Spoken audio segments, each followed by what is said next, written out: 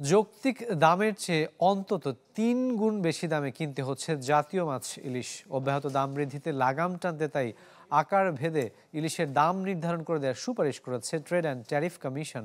দাম বৃদ্ধির পেছনে সিন্ডিকেট সহ ১১টি কারণও তুলে ধরে সংস্থাটি। ইলিশের বাজারে নৈরাজ্য কমাতে আহরণ পর্যায়ে সিন্ডিকেট, দাদন, ব্যবসায়ী ও সরবরাহী পর্যায়ে চাঁদাবাজি বন্ধ করতে হবে বলেও জানান ভোক্তা অধিকার নিয়ে কাজ করা সংগঠন ক্যাবের সভাপতি HM শফিকুজ্জামান। বিস্তারিত মইনুল হাসানের প্রতিবেদনে। কি বুঝলেন ভাই? অনলি যেটাই চাই।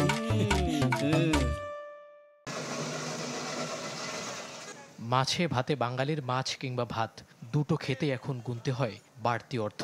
আর জাতীয় মাছ ইলিশ তো এখন বিলাসী পণ্য। ৩ কেজি গরুর মাংসের দাম যোগ করে মিলছে ১ কেজি ইলিশ। ট্যারিফ কমিশনের প্রতিবেদন বলছে ভোক্তার পাতে ইলিশ উঠতে যৌক্তিক দামের চেয়েও অন্তত ৩ গুণ বেশি অর্থ গুনতে হচ্ছে ক্রেতাদের। এমন বাস্তবতায় আকার অনুযায়ী ইলিশের দাম নির্ধারণের সুপারিশ করেছে ট্যারিফ কমিশন। চাহিদা ও সরবরাহের ভারসাম্যহীনতা, মজুত সিন্ডিকেট, মধ্যস্বত্বভোগীদের দৌরত্ব, দাদন ব্যবসা সহ ইলিশের দাম বৃদ্ধির ১১টি কারণ চিহ্নিত করেছে ট্যারিফ কমিশন। বলা হয়, আহরণ থেকে সরবরাহ পর্যন্ত ৬টি ধাপে প্রত্যেকটিতে ৬০% পর্যন্ত বৃদ্ধি পায় দর। বিশেষ করে মুনাফার বড় অংশই চলে যায় দাদন ব্যবসায়ীদের হাতে। ডাকটা শুরুই হয় আপনার ১৫০০ টাকা থেকে। এই ডাকটা শুরু করার অথরিটি ক্রেতাকে দিয়েছে। আহরণের খরচ আর এই বিপণন যেটা বললেন, এই বিপণনের খরচ, এইটুকু আমরা যদি কন্ট্রোল অবশ্যই সরকারের করা উচিত বলে আমি বিশ্বাস করি। এবং এখানে এই যে ফড়িয়া, দাদন, অমুক সমুক, পরিবহনের চাঁদাবাজি, এটা যতক্ষণে রোধ না করা যাবে ততক্ষণে বাঙালির পাতে আর ইলিশ আসবে না।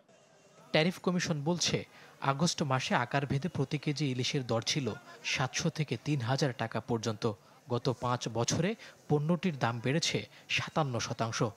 এমন বাস্তবতায় পণ্যটির দামে লাগাম টানতে আহরণ ও সরবরাহ ব্যবস্থায় স্বচ্ছতা আনতে একগুচ্ছ সুপারিশ দিয়েছে ট্যারিফ কমিশন।